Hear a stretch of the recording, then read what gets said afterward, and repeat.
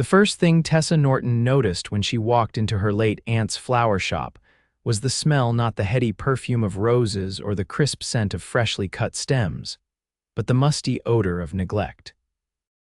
Dust motes danced in the pale morning light streaming through the clouded windows, illuminating empty display shelves and withered arrangements that should have been discarded weeks ago. Bloom and Blossom, once the pride of Meadowbrook's Main Street, had faded along with her Aunt Alina in her final months. Well, Tessa sighed, setting down her suitcase. This is home now, 27 years old and starting over. Again. The letter from her aunt's attorney had arrived 3 weeks ago, just as she'd been laid off from her graphic design position at a struggling marketing firm in Chicago. Inheriting a flower shop in a small town she hadn't visited since childhood seemed like fate's strange way of offering a lifeline. Tessa ran her finger along a countertop, leaving a clean streak in the dust.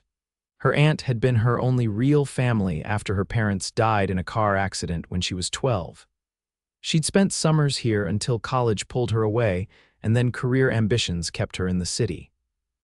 Now she felt the weight of guilt for not visiting more in those final years. The bell above the door jingled, startling her. A tall man with broad shoulders filled the doorframe, his dark hair slightly tousled by the spring breeze. "Sorry, we're closed," Tessa called out automatically. "I know," the man replied, his deep voice resonating through the empty shop. "I'm here about the rent." Tessa straightened her posture, suddenly aware of her travel-worn appearance. "You must be the landlord. I'm Tessa Norton, Alina's niece. I just arrived." His expression softened slightly. "Flynn Parker, I'm sorry about your aunt. She was a wonderful woman." Flynn Parker. The name didn't ring any bells, though Aunt Alina had mentioned her landlord a few times in their phone conversations, always with a mixture of exasperation and fondness.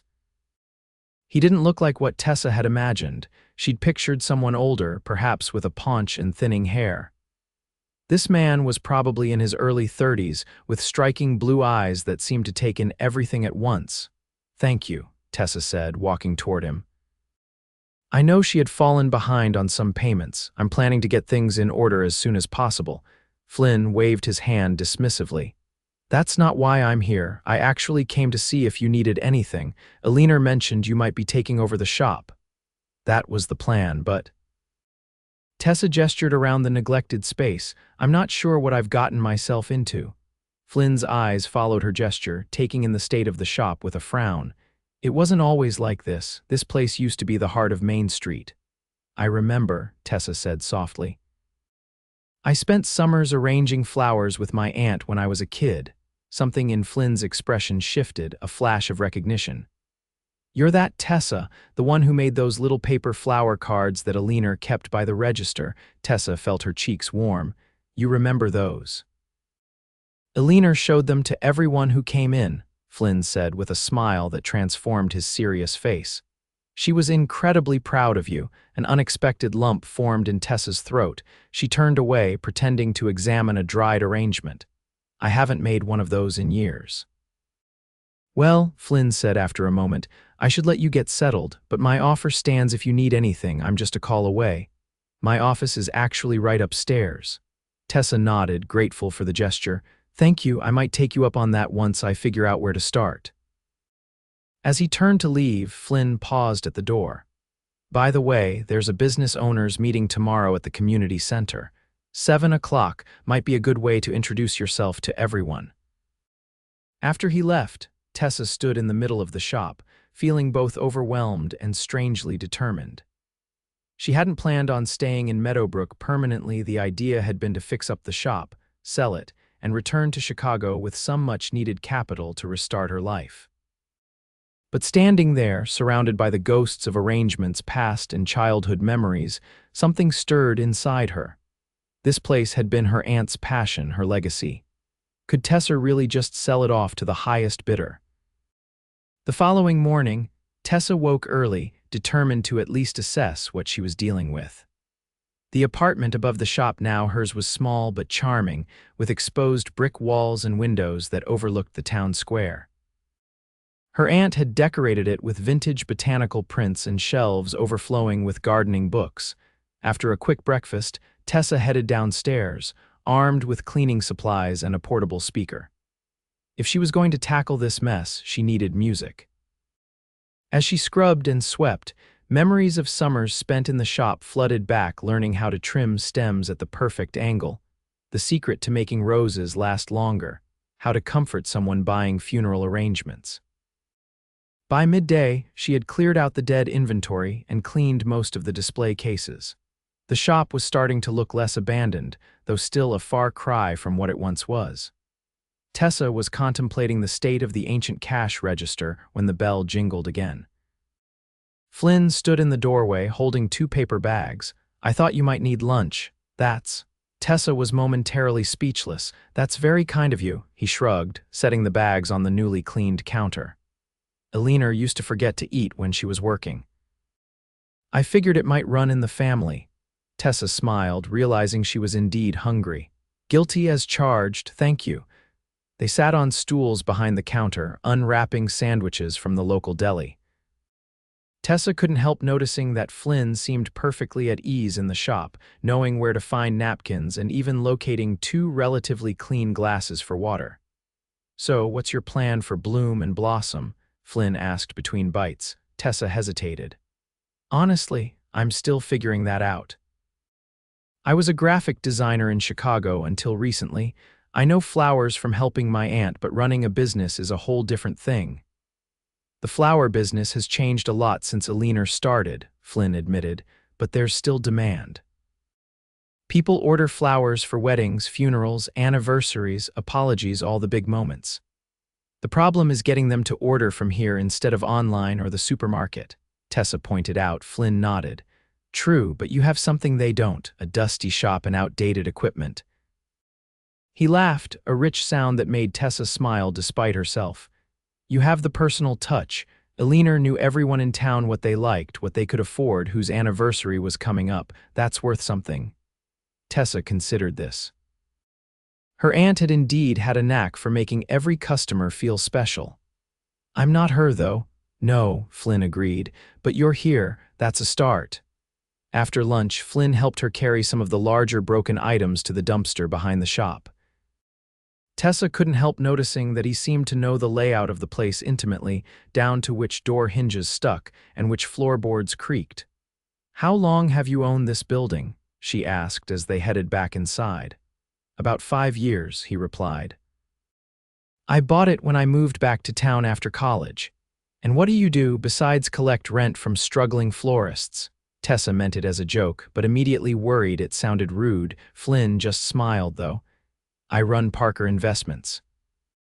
We're based upstairs, though most of our work is done remotely now." "Parker Investments," Tessa repeated, the name vaguely familiar. "Wait, are you related to the Parkers who funded the new library wing?" "That would be my parents," Flynn said with a slight grimace. "They're big on community investment.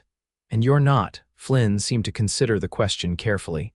"I believe in investing where it matters. Sometimes that's a library wing, sometimes it's—" He trailed off, looking around the flower shop. "Sometimes it's giving a tenant a break on rent." Tessa guessed. "Your aunt was special," he said simply. That evening, Tessa attended the business owners' meeting at the community center. She recognized a few faces from her childhood, though many were new to her. Everyone seemed curious about her plans for Bloom and Blossom, and she found herself making vague promises about revitalization. Flynn arrived late, slipping into the back of the room just as the meeting was ending. He wore a tailored suit now, looking every inch the successful businessman. Several people immediately approached him, and Tessa noticed how they deferred to him despite his relatively young age. "Tessa," a woman with curly gray hair engulfed her in a hug. "I'm Martha from the bakery next door. Your aunt was my dearest friend." "I remember you," Tessa said, genuinely pleased. "You used to sneak me cookies when I helped in the shop," Martha beamed. "That's right. Now, honey, how long are you staying? Is the shop reopening?" "I'm hoping to reopen next week, actually," Tessa found herself saying. "Just for a trial period to see if I can make a go of it." "Wonderful," Martha clapped her hands. "We've missed having a proper florist in town. That chain store by the highway just isn't the same." As the crowd began to disperse, Tessa noticed Flynn watching her from across the room. He nodded slightly before being pulled into another conversation. Tessa felt an unexpected flutter in her stomach and quickly attributed it to nerves about her impulsive announcement. Over the next few days, Tessa threw herself into revitalizing the shop. She cleaned every surface, ordered minimal stock from her aunt's old suppliers, and created a simple but functional website. She also discovered her aunt's customer book, a detailed record of everyone who had ever purchased from Bloom and Blossom, including their preferences and important dates. Flynn stopped by daily, sometimes with coffee, sometimes just to check on her progress. She learned that his office was directly above the flower shop, which explained his frequent visits. What she couldn't explain was why the thought of seeing him again each day made her work faster. "You don't have to keep checking on me," she told him on the fourth day as he helped her arrange the new display cooler that had just been delivered. "I'm not going to burn the place down." "Maybe I just enjoy the company," Flynn replied, his eyes meeting hers briefly before returning to the task at hand. "My work can be isolating. Investment banking doesn't involve a lot of people. It involves the wrong kind of people sometimes," he said with a wry smile. "Numbers people." "Not flower people," Tessa laughed. "And what's the difference? Flower people understand that beauty matters," Flynn said, suddenly serious, "that some things can't be quantified on a spreadsheet." The way he looked at her made Tessa feel exposed, as if he could see past her practical exterior to the artist who still dreamed in colors and shapes. She quickly changed the subject to safer ground the logistics of the grand reopening she had planned for that weekend. The reopening day dawned bright and clear, a perfect spring Saturday. Tessa had sent emails to everyone in her aunt's customer book and placed flyers around town. Martha had promised to send bakery customers her way, and the local newspaper had even run a small piece about Eleanor Norton's niece continuing the family business. Still, as Tessa arranged the fresh inventory and set up the sidewalk display, she felt a knot of anxiety in her stomach. What if no one came? What if they came but didn't like her arrangements? What if this whole endeavor was just delaying the inevitable failure? At precisely 9 o'clock, she flipped the sign to open and waited. For 15 excruciating minutes, the shop remained empty. Then the bell jingled and a young couple walked in. "We heard Bloom and Blossom was back," the woman said excitedly. "We're planning our wedding for September, and I've always dreamed of having Eleanor do my flowers." Tessa's heart sank. "I'm so sorry, I'm actually Eleanor's niece. She passed away a few months ago." The couple's faces fell. "Oh, we didn't know. We're sorry for your loss." "Thank you," Tessa said. Then, taking a deep breath, she added, "I'd be honored to do your wedding flowers, though. I trained with my aunt every summer." The couple exchanged uncertain glances. "Could we see some of your work?" Tessa's mind raced. She hadn't prepared a portfolio. "I actually don't have anything to show you right now," but the bell jingled again, and Flynn walked in carrying a large arrangement of wildflowers in a vintage blue vase. "Special delivery," he announced. "Where would you like this, Miss Norton?" Tessa stared at him in confusion before understanding dawned. "Thank you. Perhaps in the front window. It's perfect for showcasing our spring collection." Flynn set the arrangement down with a flourish. It was stunning wildflowers and delicate branches arranged in a seemingly casual but clearly artistic design. The bride-to-be gasped. "That's exactly the look I want, natural but elegant." "Tessa designed it," Flynn said smoothly. "She has a gift for capturing the essence of each season." Tessa shot him a look that she hoped conveyed both gratitude and a promise of retribution for his well-intentioned lie. "This is just a sample. I'd create custom designs based on your wedding colors and theme." By the time the couple left an hour later, Tessa had secured her first wedding contract and was feeling significantly more confident. The shop steadily filled with curious townspeople, old customers, and even a few tourists passing through. "You saved me back there," she whispered to Flynn when they had a moment alone. "But now I actually need to create something that matches what you brought in." Flynn's eyes crinkled with amusement. "I have complete faith in your abilities." But if you want, I can tell you who actually made that arrangement. Please do, so I can beg them to teach me. Eleanor, Flynn said softly. She made it for my office last spring. I preserved it because I couldn't bear to throw it away after she got sick. Tessa looked at the arrangement with new eyes, seeing her aunt's distinctive touch in the way the stems were balanced.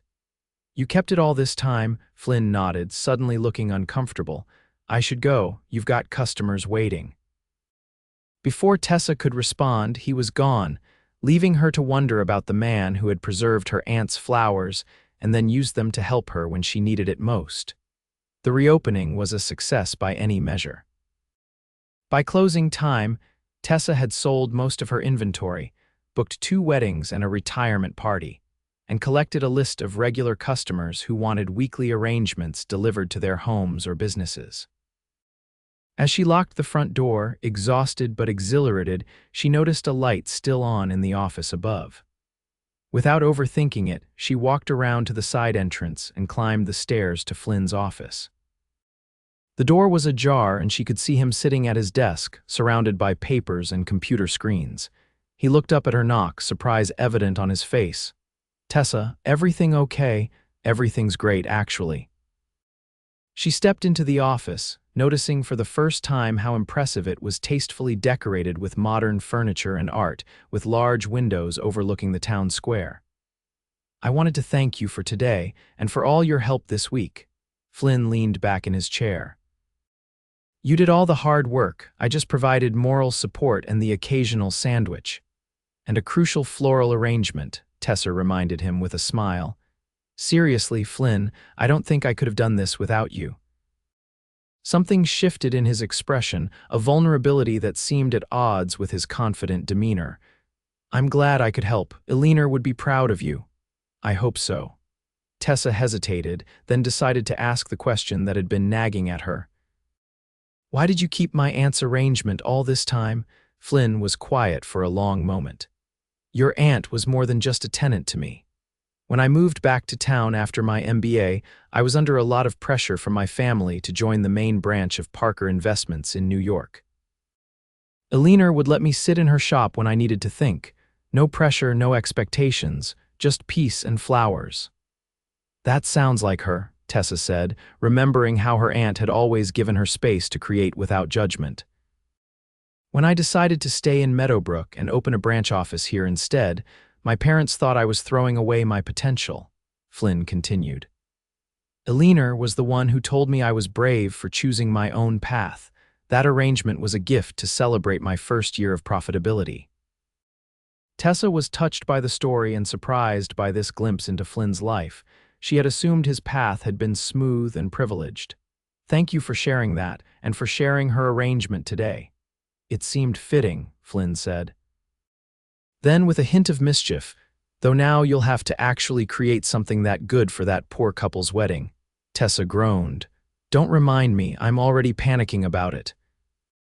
"I have complete faith in you," Flynn said, echoing his words from earlier, but this time there was no teasing in his tone. "Eleanor wouldn't have left you the shop if she didn't believe in your talent." Their eyes met across the desk, and Tessa felt that strange flutter in her stomach again.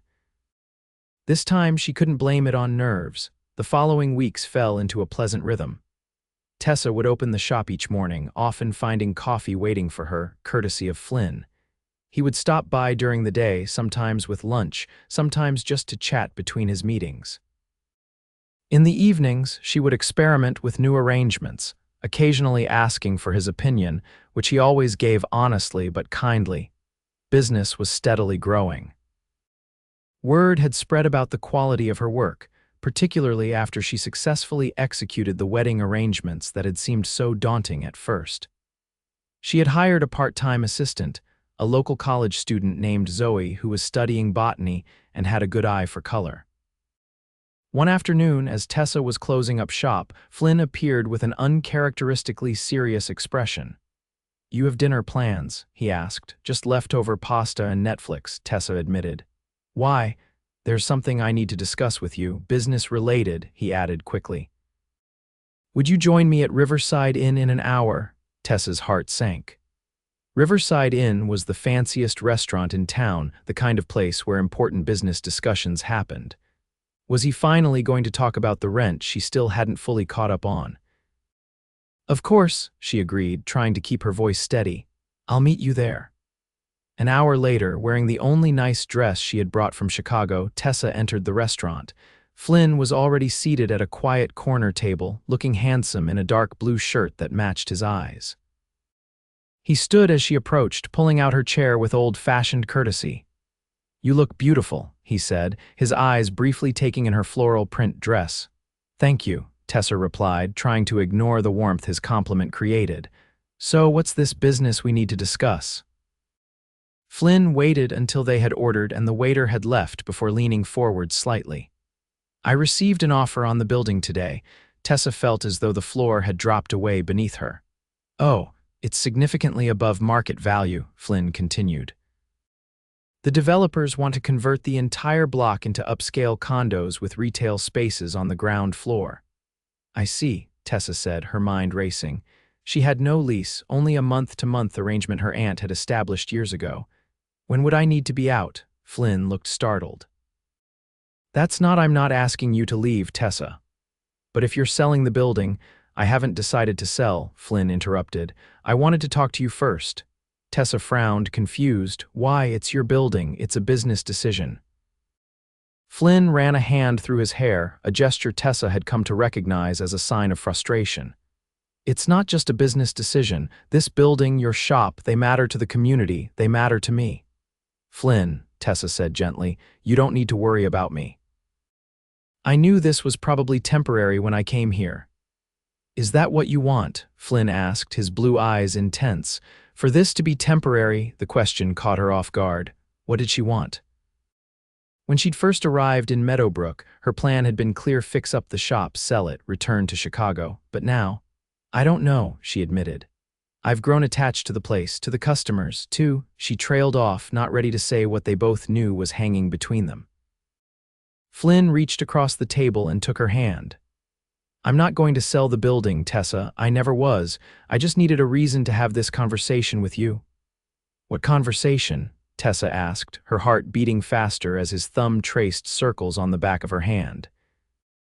"The one where I tell you that I've been half in love with you since you walked into that dusty shop and looked at it like it was a challenge instead of a burden," Flynn said, the words rushing out as if he'd held them back too long.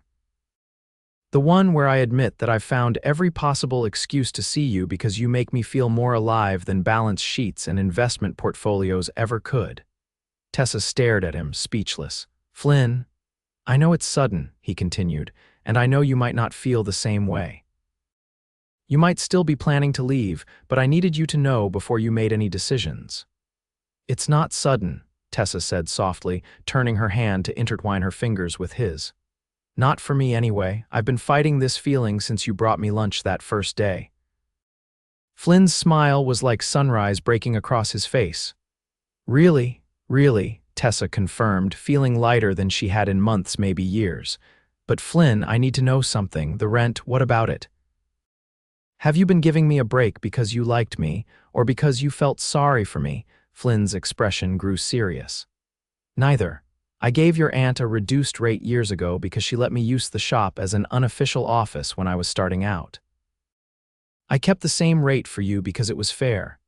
You're a millionaire who runs an investment firm," Tessa pointed out. "Fair market value would be higher." "Probably," Flynn admitted, "but I've never been particularly interested in extracting every possible dollar from people I care about. My parents think it's my greatest weakness as a businessman." "I think it's your greatest strength as a person," Tessa said. Their dinner arrived, but neither seemed particularly interested in the food. They talked for hours, sharing stories and dreams, filling in the gaps in what they knew about each other. Flynn told her about the pressure of growing up in a wealthy family with high expectations. Tessa shared her struggles after losing her parents, her determination to be self-sufficient, her fear of depending on others. "Is that why you haven't asked me for help with the shop?" Flynn asked as they shared dessert. "Because you're afraid of depending on me?" Tessa considered the question. Partly because I needed to prove to myself that I could do it, that I wasn't just playing store. You've more than proved that, Flynn said. The shop is thriving again. You did that, Tessa, not me, not Alina's memory. You. His faith in her was both exhilarating and terrifying. Tessa had spent so much of her life expecting things to fall apart that success felt almost more frightening than failure. As they walked back to the shop after dinner, Flynn took her hand again, his palm warm against hers in the cool evening air. Outside her door, he turned to face her, his expression both hopeful and uncertain. "I'd like to kiss you," he said simply. "If that's okay." In answer, Tessa rose on her tiptoes and pressed her lips to his. The kiss was gentle at first, then deepened as Flynn's arms encircled her waist, pulling her closer. She could feel his heart beating rapidly against her chest, matching the rhythm of her own. When they finally broke apart, Flynn rested his forehead against hers. "I've been wanting to do that since you snapped at me about checking on you too much," Tessa laughed. "That's what attracted you, my irritability." "Your spirit," Flynn corrected. "Your determination, the way you care about things deeply, even when you try to pretend you don't." 3 months later, Bloom and Blossom was fully restored to its former glory. The shop windows gleamed, the displays overflowed with seasonal arrangements, and Tessa had expanded to 3 part-time employees to handle the increased business. Her graphic design background had proved useful for creating a distinctive brand identity and marketing materials that set her apart from chain competitors. Flynn had kept his word about not selling the building. In fact, he had gone further, working with the town council to establish a historical business district that would protect the character of Main Street for years to come. His parents, initially skeptical of his commitment to Meadowbrook, had come to visit and left impressed by both his business acumen and his evident happiness. On a warm summer evening, after closing the shop, Tessa found Flynn waiting for her with a picnic basket. "I thought we could have dinner in the park," he suggested. "It's a perfect night." They walked to the town square where Flynn spread a blanket beneath an old oak tree. As they ate and talked, watching the sunset paint the sky in shades of pink and gold, Tessa realized how completely her life had transformed in just a few short months. "What are you thinking about?" Flynn asked, noticing her thoughtful expression. "How different everything is from what I expected," Tessa admitted. "When I first came here, I thought I was just settling my aunt's affairs before moving on. I never imagined falling in love with a small-town investment banker," Flynn suggested with a smile. "Falling in love with a small town," Tessa corrected. "And yes, with you too." Flynn reached into the picnic basket and pulled out a small box. "I was going to wait for some perfect moment, but I'm realizing that with you, every moment feels right."